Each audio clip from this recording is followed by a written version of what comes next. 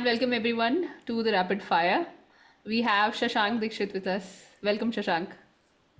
I Nilu. Okay, so we'll be shooting a lot of questions at you in this Rapid Fire. The first one is I was looking at your profile and I saw that you have been leading team of consultants for a long time, and you have done offensive security engagements yourself. What has been the most interesting data that you have secured? Like when you looked at it and you finally found it, you were like, "Oh, am I securing this data?" Like, what's the most weird kind of engagement? So being a consultant life is like you're a wild card. Wild card means you can anything on security you can just go and plug yourself in, and you can sort of come out of the situation. With the yeah, sometimes you win, sometimes you lose, but you can fit anywhere. So it happened with me in 2015. I was working in Sweden. I was consulting one of the major auto car manufacturer based in Sweden. I know anybody can guess the name easily. So on a Friday evening, I got a call from my reporting manager saying that there is a company in another town. So I was in Stockholm, but there is a small town in Sweden which is called the Link Shopping. So there is some ransomware attack, and can you help? So being a wild card, you are like ready to jump in. Wild So I card. said, "Okay, I'll travel." So I went there, and then when I met the people there, I realized that it's a bread manufacturing company. The brand is Okay. very famous. It's in Sweden, and they supply in different countries in Europe. And what had happened was the owner, who is like the owner of the overall thing, his laptop got a ransomware attack, Oh, and the recipes which were there in his laptop from his father's and forefathers time, everything was like stuck. okay. So this was affecting the his daily manufacturing, and he was under so much of stress because he being a sole owner, that laptop was like highly. So he received some invoice somewhere, and then he just downloaded it and opened it and gone. So I basically looked. So way back in 2015, maybe the ransomware was not so intelligent the way they are today. Uh, so I looked into the whole things. I saw where the things got encrypted, and successfully after 16 hours of a strong focus for that, I was able to finally recover everything. Is recipes and everything, and it was a moment where he was very grateful, because he was very, very grateful. And I also felt that the power we carry as a security professionals, we are and I could see that it is impacting somebody in front of my eyes. It's impacting a business in front of my eyes. Even in our work, we usually work with CISOs, and CISOs have Yeah, we someone don't see the business they are impact. answerable to somebody else. So it's all about, like, you just deliver the things and then you sleep peacefully. But here I saw the impact it created. Whatever I could contribute, it was huge. So that is a very strong story I have in my life, which I'm very proud of.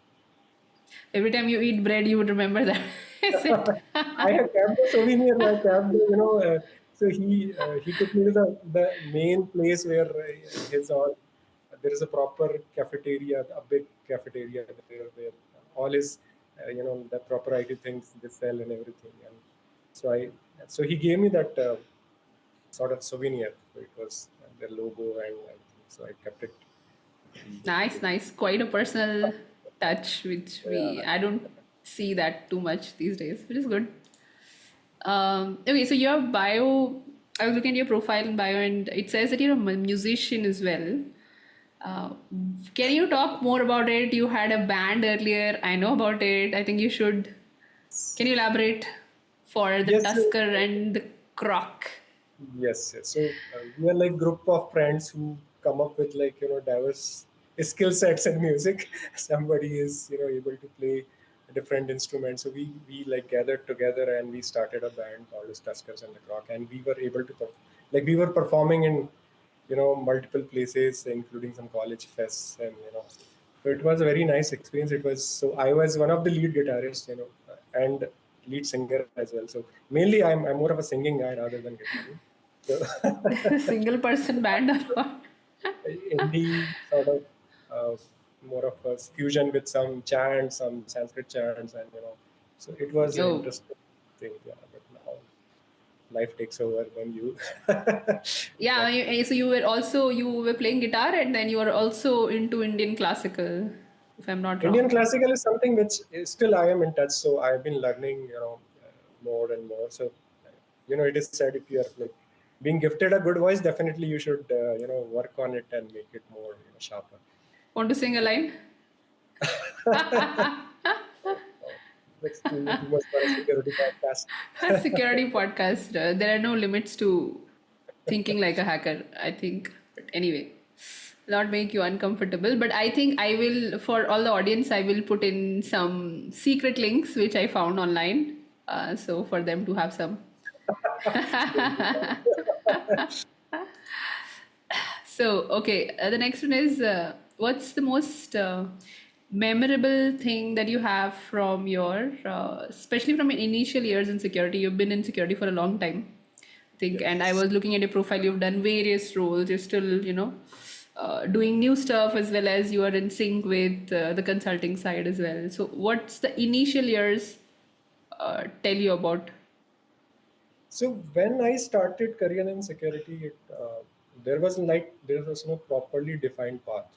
That time there was very less guidance available, and there were very few people where we could look up to. And so we started with our Linux boxes, and started learning from there all the networking and protocols and TCP/IP handshakes, and you know so all that. So that time, VirtualBox was such a blessing for us because we could have multiple systems, and to troubleshoot a virtual box networking was such a pain. It has such a deep impression on me that still uh, I say it's like such a painful process to have a proper not networking done on virtual box that time. I don't know whether they improved or not because I'm more into VMware now. So so it was something very painful to get some. So also when I did my OSCP in around 2011, there wasn't many resources available where you could educate yourself, and so it was a very painful journey for me. So but thankfully I used to stay in office, work till whole night in office, and so I lost around 7 kgs that time. Because of those 2 months of lab access and working hard in the OSCP lab. So it was quite, it was very tough that time. I I don't know think that, anybody who would not have lost weight, but yeah, 7 kilos is still a lot. I think I remember sleepless nights. I think after a long time I was doing that when I was, I think, around the same time doing OSCP. yeah. But yeah, the nostalgia seems to be similar for everyone But in those were that the case. times like it was so focused work, and I really felt that those 2 months I really lived on the planet. Have a very specific goal, and all your energies are focused just to achieve that. It was very amazing experience. Hmm. Cool. And I think there is this other aspect which I wanted to explore a little bit more, and I figured out that you are a faculty at the Art of Living, and you've been a faculty for a very long time, not just now. Um, and I remember Art of Living. I've been there in the Bangalore campus. The food is great, amazing. Like we just relish that. I think I should go there once again. But how has your journey been in all of these years? That like your experience with being a faculty there and being doing tech is almost similar. So how has your journey been?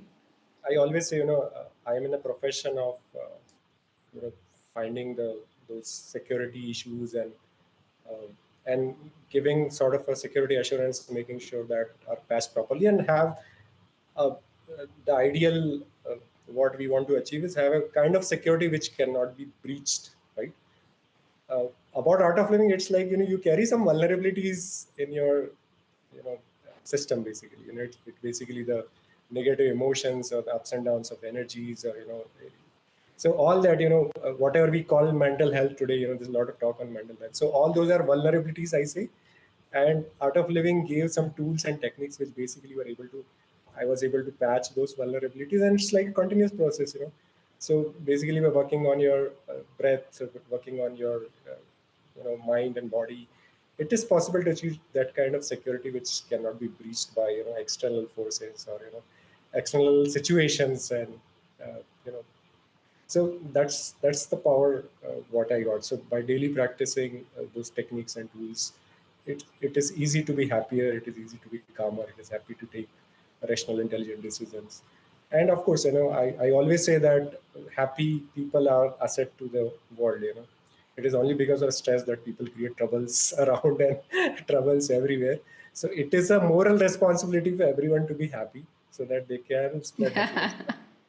So Art of Living gave that platform basically to, first it empowers with certain tools and techniques, and then gives a platform to a lot of social activities. So like, we have rejuvenated around 75 rivers in India, and still the work is going on.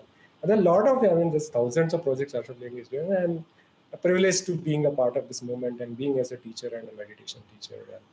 And, held almost more than thousands of youths. I mean, in my from 2009 became a teacher, and today, so people learned the techniques, they got empowered, and of course leading a happy life, and being a asset to the world. Nice, that's amazing. I think there's a lot more impact of what you're doing off work than, I mean, I would say, but I mean, you know better. With all of this, I think there's a lot of good impact that you create in the rest of the world, which is great. So keep doing that, and yeah, all the best for future. Thanks for answering all the questions today for us, Shashank. Thank you, Neil. It was pleasure. I mean, seriously, I totally enjoyed the conversation. I couldn't feel the time just passed very quickly. Thank you for the invite. Sure, maybe we'll have, hopefully, we'll have more future episodes together. So, yeah. Definitely. Looking forward. Thanks. Thanks everyone for joining us today for this rapid fire. We'll see you in the next episode. Bye bye.